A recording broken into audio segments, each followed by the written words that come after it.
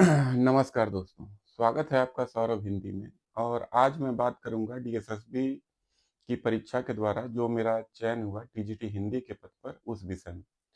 कई दिन से मैं सोच रहा था कि इस विषय में एक वीडियो बनाऊं। वीडियो इसलिए जरूरी है कि हम में से कई अभ्यर्थी कई बार कई परीक्षा देते हैं, उनका चयन नहीं होता, निराश हो जाते हैं। कई चीज़ों को एक साथ पढ़ते हैं।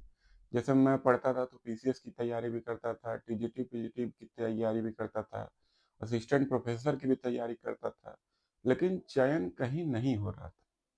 लेकिन आप यह यकीन मानिए कि अगर आप तैयारी करते रहेंगे तो कहीं न कहीं आपका चयन निश्चित निश्चित है।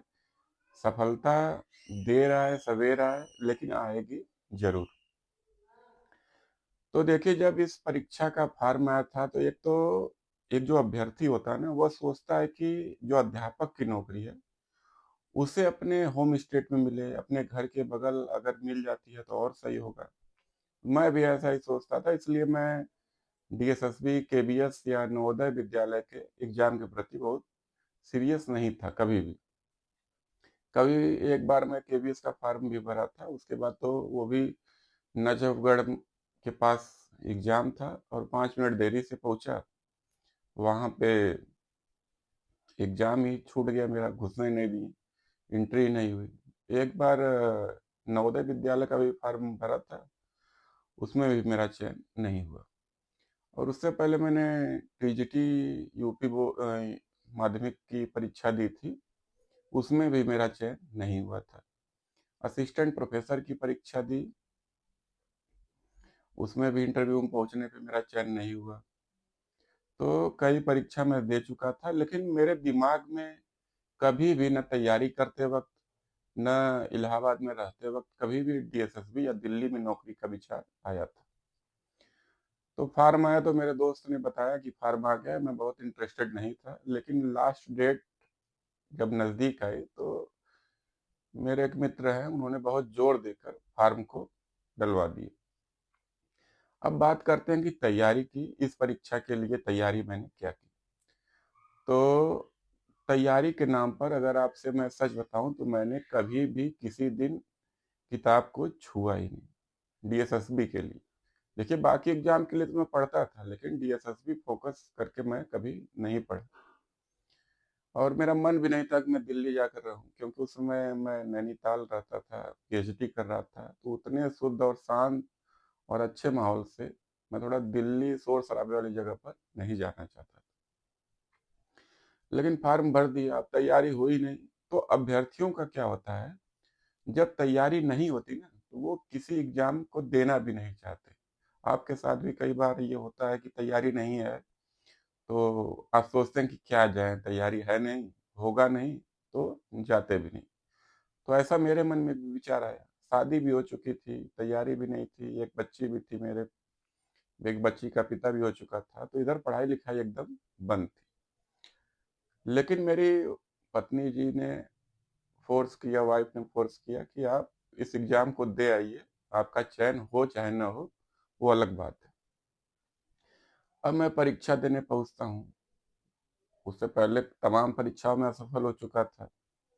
परीक्षा देने पहुंचता हूँ तो करीब उस समय याद है कि जनरल में 80 सीट करीब थी, और यूपी में तो इतनी इतनी सीटें आती थी, उसमें मेरा चयन नहीं हुआ था।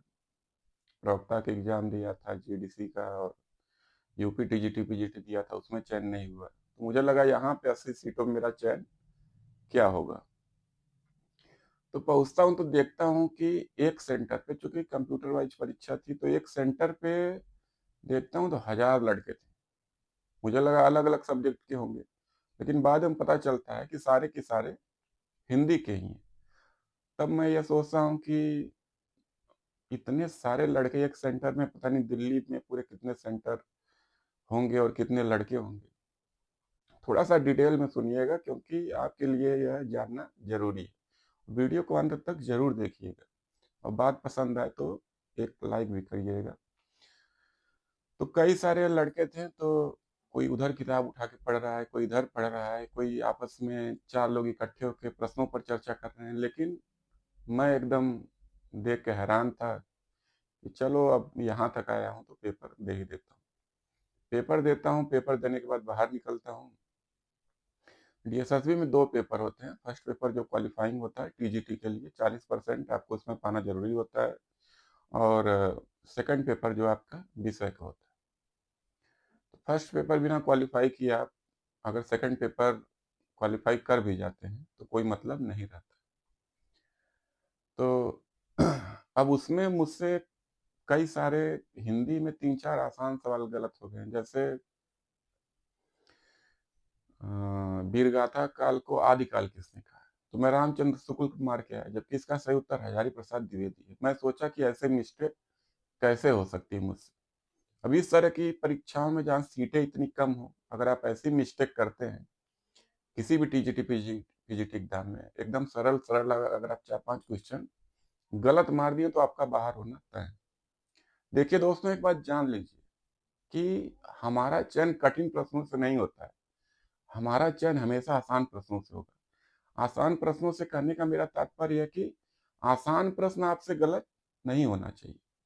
बाकी कठिन प्रश्न तो, अगर जिस दिन आप किसी एग्जाम में बैठे और आसान प्रश्न आपने एक भी गलत नहीं किया, उसी दिन आपका चयन निश्चित मान लीजिए। तो मैं देख के आया बाहर, कई लोग चर्चा कर रहे थे, इतना मारा उतना मारा, मैं मान लिया कि मेरा चयन वयन होना नहीं है। तो अब रिजल्ट आता है तो पहले शॉर्ट लिस्टेड की सूची आती है, उसमें 1.5 गुना शॉर्ट लिस्टेड करता है, उनके डॉक्यूमेंट जमा करता है, फिर फाइनल रिजल्ट घोषित करता है उसमें से।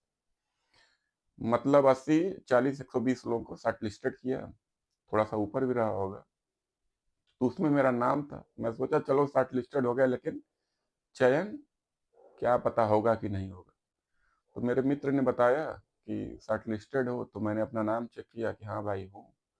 कुछ दिन बाद फाइनल रिजल्ट आया। फाइनल रिजल्ट में देखा तो मुझे भरोसा ही नहीं हुआ कि मेरा चयन हो चुका है, जबकि इस एग्जाम के लिए मैंने न तैयारी की थी, न कभी सोचा था, न कभी पढ़ाई की थी, न कभी मेरे दिमाग में ख्याल आया था। केवल फॉर्म भरते वक्त थोड़ा सा विचार आया था, और परीक्षा से निकलते वक्त की एक बेरोजगारी के दौर में आदमी ये भी होता है कि कहीं नौकरी मिल जाए, चलो अब अपने घर के पास ना सही, कहीं भी दिल्ली बम्बई मिल जाए, अपना काम करते हैं, क्योंकि शादी के बाद थोड़ी जिम्मेदारियां भी आ जाती हैं। तो चयन मेरा हो गया, बहुत खुशी हुई। तो इसमें एक चीज बताना चाहता हूँ कि आप तैयारी करते रहिए। कई बार ये होता है ना कि हम जिस चीज के बारे में सोचते हैं वो चीज नहीं होती है, और जिस चीज के बारे में नहीं सोचते हैं वो चीज हो जाती है। आप मेहनत करते रहेंगे तो कहीं न कहीं परिणाम मिल जाएगा। अब बताता हूँ कि इसमें मेरा चयन हुआ कैसे। इसके 2 कारण थे।